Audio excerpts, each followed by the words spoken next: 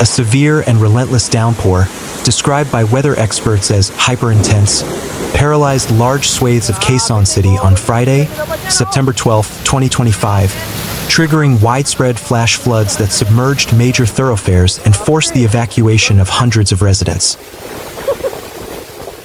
The Philippine Atmospheric, Geophysical and Astronomical Services Administration (PAGASA) had issued a series of severe thunderstorm warnings throughout the afternoon, but the sheer volume of rainfall overwhelmed the city's drainage systems, leading to a swift and devastating rise in floodwaters.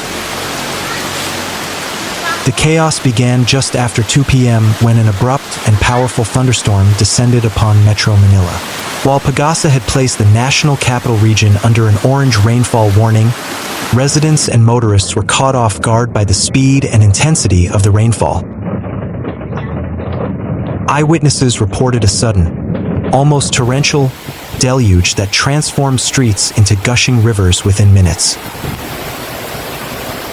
"It felt like the sky was falling," said Maria Santos, a vendor on Mother Ignacia Avenue in Barangay South Triangle, an area not typically known for severe flooding.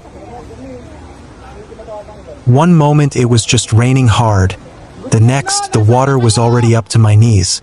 The drainage just couldn't handle it." The worst-hit areas included those adjacent to the city's river systems, particularly the San Juan River, where water levels quickly reached critical levels. Barangay Tatalan, known to be a low-lying and flood-prone area, saw water levels rise to chest-high, trapping residents inside their homes. The Quezon City Disaster Risk Reduction and Management Office, QCDR-RMO, quickly dispatched teams to these areas for search and rescue operations. The intense rainfall has once again put a harsh spotlight on Quezon City's infrastructure vulnerabilities. Despite the city government's ongoing efforts to implement its drainage master plan, critics argue that these projects are not keeping pace with climate change-driven weather extremes and rapid urban development. According to Dr. Julian Reyes, a civil engineer and urban planning consultant, the city's drainage network was designed for older weather patterns and is simply not equipped to handle the modern, hyper-localized, and extreme rainfall events that are becoming more common. "This isn't a simple case of clogged drains," Dr. Reyes explained. "What we saw today was a rainfall intensity that far exceeds the design capacity of the current system. When you combine that with rampant informal settlements along riverbanks, unchecked land development, and possibly, and this is a critical point, issues with the implementation of flood control projects, you have a recipe for disaster."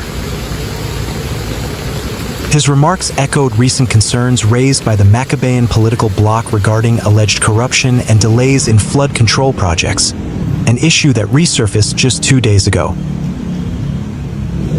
A scathing social media post by an online investigative page highlighted over 14 billion Cuban pesos in unfinished or delayed flood control projects in Quezon City between 2022 and 2024, questioning whether public funds were truly being used for their intended purpose.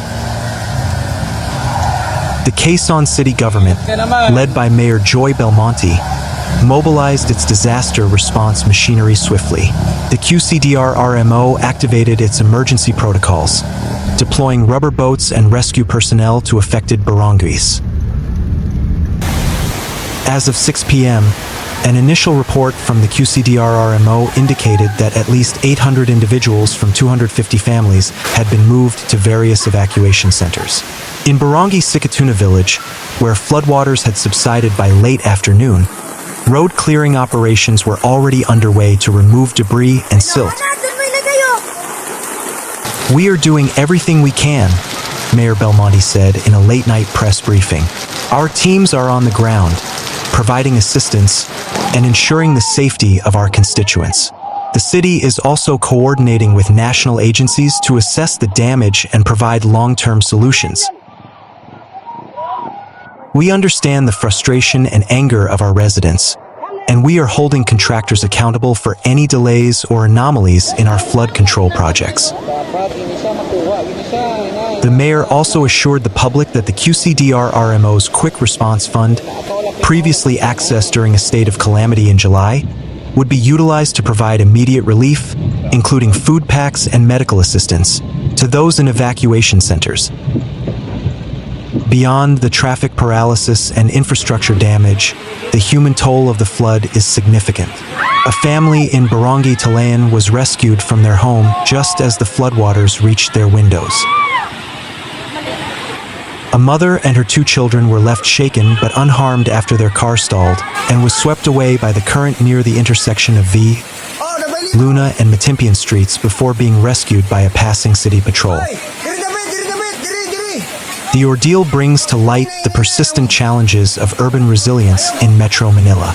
Climate change models and past studies have consistently warned of the increasing risk of extreme weather events, projecting significant increases in flood exposure for Quezon City's population in the coming decades. These are not one-off events anymore, said Dr. Maria Elena Cruz, a climate scientist at the Up Resilience Institute. The intensity and frequency are increasing. A flood like the one we saw today might have been a once-in-a-decade event years ago.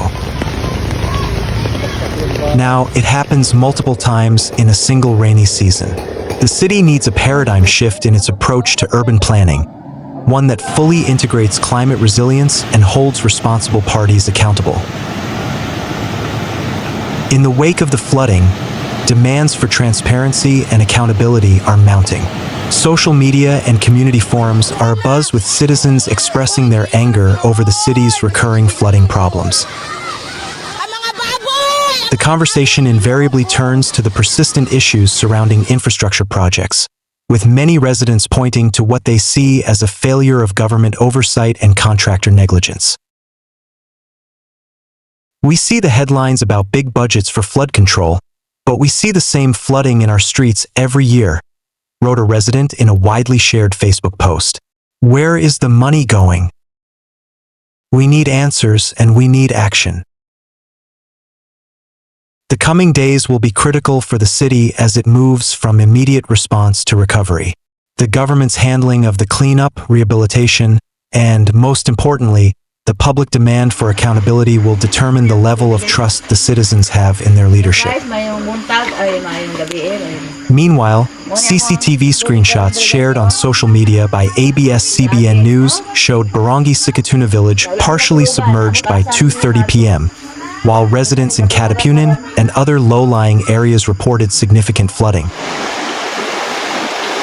The swiftness and severity of the flooding were reminiscent of the August 30th incident, during which 1 hour of phenomenal rainfall led to head-deep floods in parts of the city.